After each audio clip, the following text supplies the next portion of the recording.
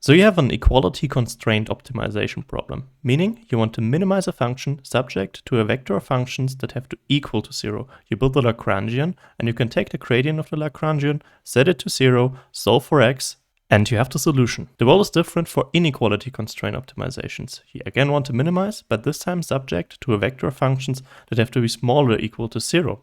What to do here? Welcome to this video where we will derive the Karush-Kuhn-Tucker conditions.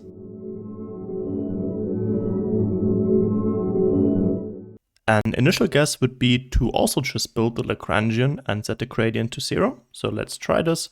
Let's call this also just build the Lagrangian, and the Lagrangian is a function of x. And let's use a different multiplier because we used the lambda already in the equality constraint optimization, and use a mu.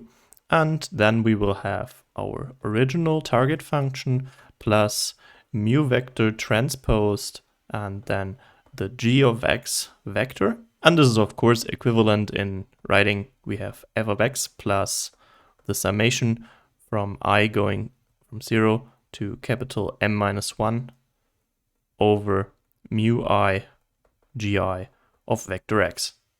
And set gradient to 0. And this does not work, and I think it's fairly obvious why it doesn't work. And because in this format here, we are really similar to the Lagrangian that we had for our equality constraint optimization. And recall, for the equality constraint, the constraint has to be equal. And here we have an inequality constraint, so we would only find solution where g of x is equal to 0. And so let's note this down, only finds solutions where g of x, or let's call this x prime, however you want to call it, the solution x star x prime, is 0. And this is of course like a smaller set than of the x's that we could possibly attain. So for instance, if you think of something that is constraining us to be of the x values, let's say we have an x1 and we have an x2, and we have a circle, and we are allowing all values inside the circle. When we would use the Lagrangian to solve an inequality constraint optimization problem, we would only be searching or seeking for maxima or minima, or in our case minima, on the boundary of our domain. But we also want to look at the interior in this case, or of course this depends on the modeling, but I think you see where I'm heading. So we need a different approach. So let's note this down. We need something different. And this something different is actually fairly complicated. So this will be a little lengthy derivation, but I hope it will make sense in the end.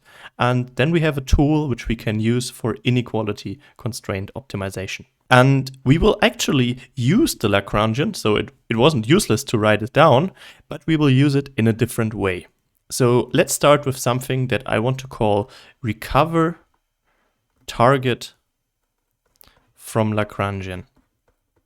And for this, we want to use a special property or like a special behavior of our inequality constraints. And by this, I mean we have f of x, and we find it again if we maximize over all mu's greater or equal to 0.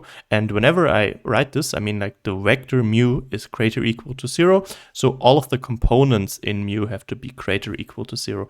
So let's maybe note this down. So all mu i's have to be greater or equal 0. And I think this notation makes probably sense. And over the Lagrangian, and the Lagrangian is defined over x and of our mu vector, and then we have the maximization over all mu's greater or equal to 0 over, and let's just plug it in what we had here. So we had the f of x, which was our original target, plus the summation from I0 to capital M minus 1 over mu I gi of x. And I'm pretty sure that this isn't obvious why this is the case. So let us look at an example. And for this, let us assume we have, for instance, free constraints. So we have M is free constraints, so free inequality constraints. And let's say we violate one constraint. So we violate, let's say, G1 of vector x, which would be the second constraint. And by violate, I mean that G1 of x is greater than 0, because we said all of our constraints have to be smaller or equal to 0. So if this were the case, then G1 of x would be greater than 0. Then in our summation, one term is greater than 0, and we maximize over all the mu's. Then we would choose the corresponding mu to be infinity, and then we would get the maximum, right? So it's a fairly stupid optimization in this end. But this also makes sense because then the constraint is violated, then this is some sort of a wrong solution. Then the maximum of the Lagrangian over these mu's greater or equal 0 would be infinity. And then we wouldn't have our f anymore. So this is kind of enforcing our constraints in a sense. I mean, it's the Lagrangian, so we kind of know that this is enforcing our constraints. Okay, now let us assume that no gi of x is violated. And in this case, we know that since gi of x then has to be smaller or equal to 0, so it is either 0 or it is negative. And if it is negative, then this would decrease our maximum. So if, like, let's say it is -5, and then our maximum would be lower. And in order to compensate for this, then all mu i's would be equal to 0. So in order to accompany for this. And in the case when gi would be 0, then we can ignore it and the mu i's can be any value. So we kind of give it the freedom to also be values greater than 0. So let me recall this once again because this is crucial.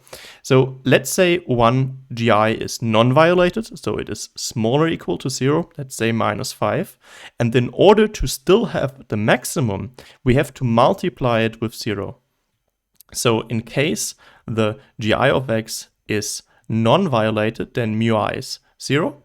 And we make sure that we don't lower our maximum. And in case gi of x is active, so it would be 0, then our mu I is freely choosable, but that's fine because then the term in the summation will be 0 and we won't change our maximum. So let's say gi of x is smaller or strictly smaller than 0, then mu I has to be 0 to have the maximum. And if gi of x is equal to 0, so, and recall this is nothing else than the constraint is active, so we are on the boundary, and in this particular case our mu I is free, but it wouldn't affect the maximum, but doesn't affect maximum. Okay, this was a long one, but let's write this down once again.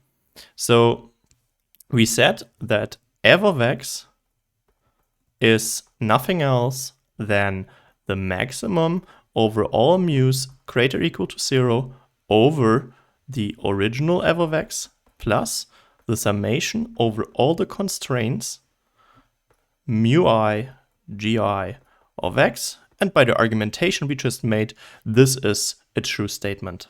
This consequentially means we have a transformation from our original problem. Okay, let us note this down. So recall the original problem was the inequality-constrained minimization. So the minimization over all x's of f of x subject to the constraint that g of x vector is smaller or equal to 0, or the 0 vector. And then we can make the transformation and we get the following. If we plug in what we had for f of x, then we get the minimization over x of the maximization over all mu's greater or equal to 0 over f of x plus the summation from I0 to capital M minus 1 over mu I gi of vector x. And what we did by this transformation is we now have an unconstrained optimization problem in x. So this is an unconstrained optimization in x. And truly, of course, it is kind of constrained in mu, but let's not care about this at first. But before we continue, let me introduce a disclaimer. And the disclaimer will be for the mathematical rigorosity that you could introduce here. And it is that we would need infimum instead of minimum and the supremum instead of maximum. But I will ignore this. I mean, it does not greatly change the way of derivation. It is, at least it is, of course, relevant in order to prove the stuff that we will be doing mathematically. But for the sake of machine learning, let's be a little looser on minima and maxima and suprema and infima. And let's keep it like this. And the second disclaimer that I want to do is more of a hint that in order to make this transformation, we need the original problem in standard form. So we need the original problem in standard form. And the standard form is that we do minimization and that our inequality constraints are smaller equal to 0. So this means minimization and the inequalities are smaller equal. And of course, you can always transform any problem into the standard form by changing, if you have maximization, then change the sign of the target function. And if you have some constraints that are greater or equal, then just multiply them with -1. So the trick here would be here to change sign of target and here to multiply by -1. But that's it for the disclaimer. Let us continue. Okay, let us note down the unconstrained optimization problem once again. So we have the minimum overall axis of the maximum overall mu's that are greater or equal 0 of the original function plus the summation from I0 to capital M minus 1 over mu I gi of vector x. And we now have something that is called the max-min inequality. And this allows us to change the order of these optimization operators so that we first do minimization and then do maximization. And by doing so, we find a lower bound, or in other words, we have this greater equal sign, and then we're getting the maximum overall mu's that are greater or equal to 0 of the minimum overall axis of f of x plus the summation from I0 to capital M minus 1 over mu I gi of vector x. And just some comments on this max-min inequality that holds in general. There are no certain requirements on our functions. Okay, and now we saw that this what we had here was nothing else than our f. That's what we saw by the transformation. So we see that this will be our f of x. Under the condition, of course, we again enforce the constraint. And we see another thing, which is here the minimization over x, which we will call a function dependent on the mu vector. And since we have nothing else than the Lagrangian here, so this is nothing else than the Lagrangian based on x and mu, and the same is here. This is nothing else as the Lagrangian based on x and mu, we can say that f of x is the maximum over all mu's greater or equal to 0 over the Lagrangian, and phi of x is nothing else as the minimum over all x's with no restrictions over the Lagrangian. And now we have some sort of like a more simpler form of this min-max inequality, which will look as following. So we do the minimization over all x's of f of x, and subject to our inequality constraints once again. And we say that the value of this minimization problem is p star. This will be the minimum value that this optimization problem attains. And then we know that this has to be greater or equal to a q star, I will introduce shortly, over the maximization over all mu's that are greater or equal to 0, so of course a 0 vector here, over the phi function, phi of mu. And we of course can rewrite this a little bit, so we can make this a maximization over all mu's and introduce a subject 2 where we constrain the mu to be greater or equal to 0. And then we have two versions of the same problem. This version here is called the primal version. Primal because it is the version that is associated with our original problem. And then we have the so-called dual version, the dual version of the problem. And consequently, we also define p star as the optimal value of the primal problem, and q star will be the optimal problem of the dual. And commonly one also introduces the difference between the two, so p star minus q star is called the duality gap, because we said that they are two versions of the same problem, but the optimal values that are attained are not identical. The primal version is larger or equal than the dual version, and by the duality gap we know how far they are apart. Now we could ask ourselves if we can say something about the duality gap. So can we say something about the duality gap?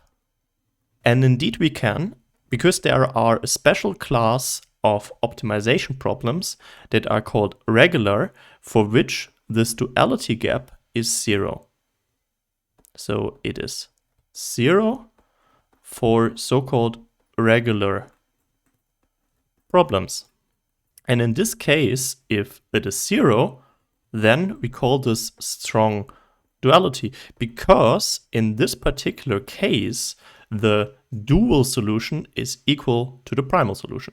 Okay, I will put a big asterisk here. In the end, we will look at what makes a problem regular, but now assume we have a regular problem. So now assume we have a regular problem.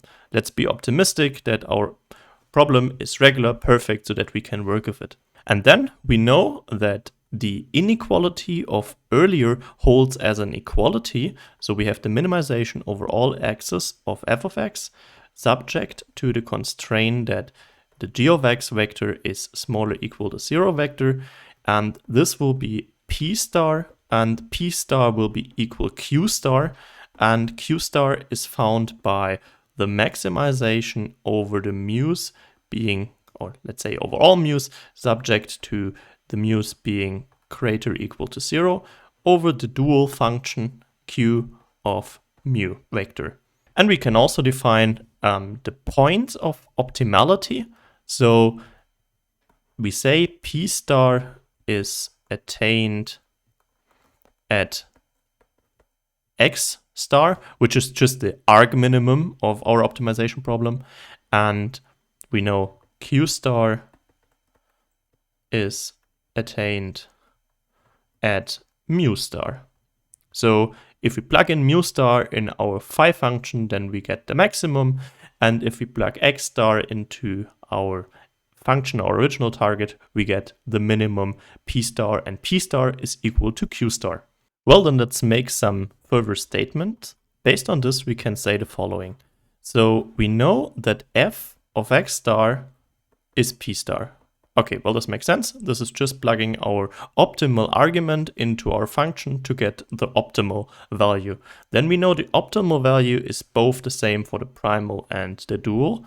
And this would we also get if we plug in the optimal value into our dual function. So phi of mu star.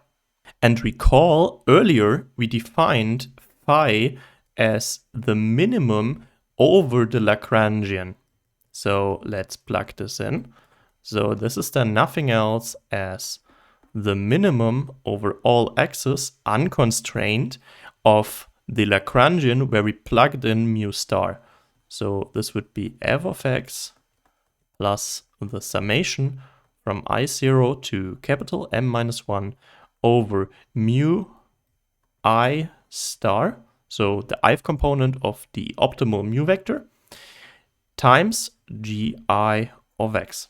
Well, surely we know that this minimum is attained at x star, so we can plug in x star.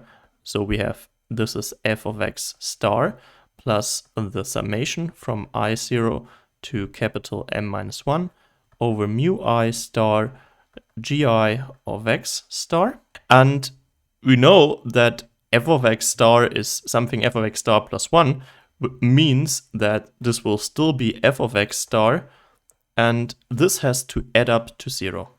And we will see in a second. Okay, and then we made our final derivations, and we can then deduce the Karush-Kuhn-Tucker conditions. So what are the criteria for a minima? What are the criteria that a point has to fulfill in order to fulfill this equality? And they are 4 in total, and the first is called the Primal Feasibility. And the Primal Feasibility is just that, or maybe let's make it more explicit. So we say the Karush-Kuhn-Tucker for the x star mu star point in order to have x star as a constrained minimizer. So in order to solve our problem.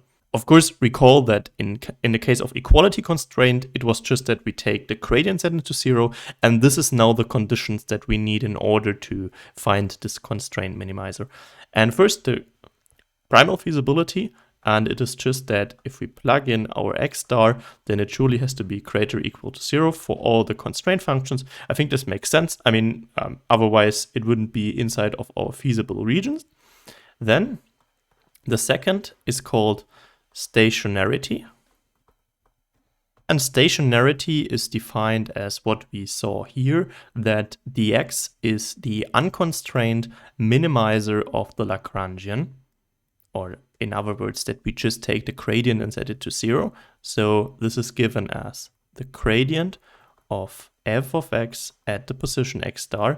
So maybe let's make it like this, and let's evaluate x at the position x star plus the summation from I0 to capital M minus 1 over mu I star times the gradient of g of x evaluated at x is x star.